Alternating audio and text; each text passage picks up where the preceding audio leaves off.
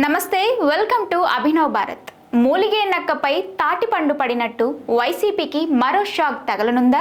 ఈసారి ఆ పార్టీ లోక్సభ అభ్యర్థి నుంచి ఇబ్బంది ఎదురుకానుందా?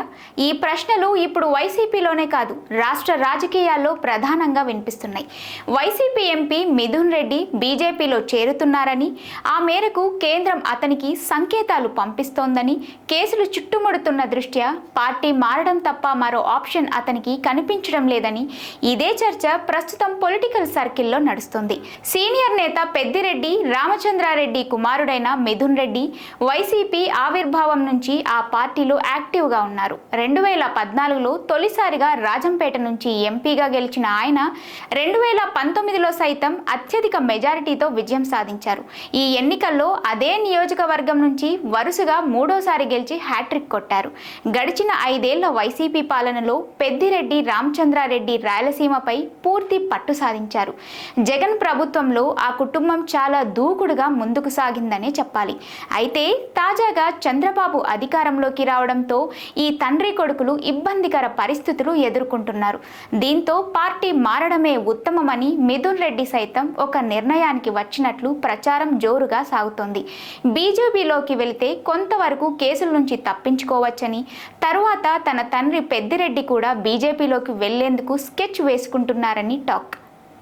కానీ కేంద్రంలో అధికారంలో ఉన్న ఎన్డీఏ ప్రభుత్వంలో టీడీపీ కీలక భాగస్వామ్యంలో ఉన్న కారణంగా మిథున్ ప్లాన్ వర్కౌట్ కాదనే సంకేతాలు వచ్చాయని, అందుకే అతను ప్రయత్నం విరమించుకుంటున్నాడని కూడా వార్తలు షికార్లు చేస్తున్నాయి.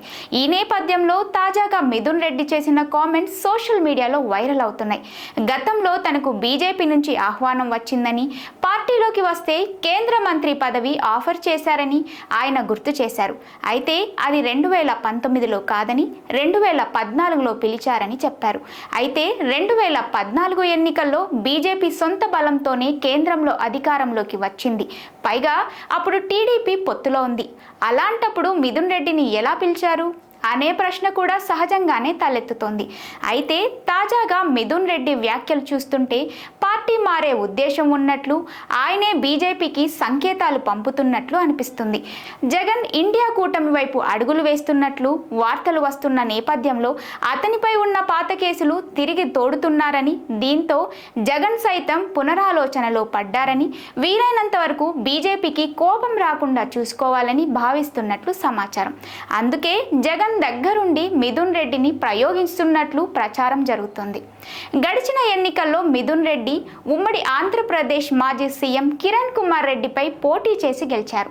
మిథున్ పై ఓడిపోయినా బీజేపీ కేంద్రంలో అధికారంలో రావడంతో కిరణ్ కుమార్ రెడ్డి సైతం యాక్టివ్ అవుతున్నారు. ఆయన పెద్దిరెడ్డి కుటుంబానికి చిరకాల ప్రత్యర్థి కాబట్టి ఒకవేళ మిథున్ రెడ్డి బీజేపీలో చేరే ప్రయత్నమే నిజమైతే ఎట్టి పరిస్థితుల్లో ఆ చేరికను అడ్డుకోవడంలో కిరణ్ కుమార్ రెడ్డి ముందుంటారు అనడంలో ఎలాంటి సందేహం లేదు. ఇన్ని సంక్లిష్టమైన పరిస్థితుల నేపథ్యంలో ఈ రాజంపేట ఎంపీని బీజేపీ ఆహ్వానిస్తుంది అనుకోవడం సాధ్యమయ్యే పనిలా కనిపించడం లేదు. ఇదంతా కావాలని ఆడుతున్న మైండ్ గేమ్ అని విశ్లేషకులు కొట్టిపారేస్తున్నారు. ఏమో, రాజకీయాల్లో ఏమైనా జరగచ్చు. అన్నిటికీ కాలమే సమాధానం చెబుతుంది. నాయకులారా, మీ పనితనం మీ అధినాయకులకు తెలియజేయాలనుకుంటున్నారు. ప్రజలారా, మీ సమస్యలను మీ నాయకులకు తెలియజేయాలనుకుంటున్నారు. ప్రజా సమస్యల పరిష్కార వేదిక మీ అభినవ్ భారత్.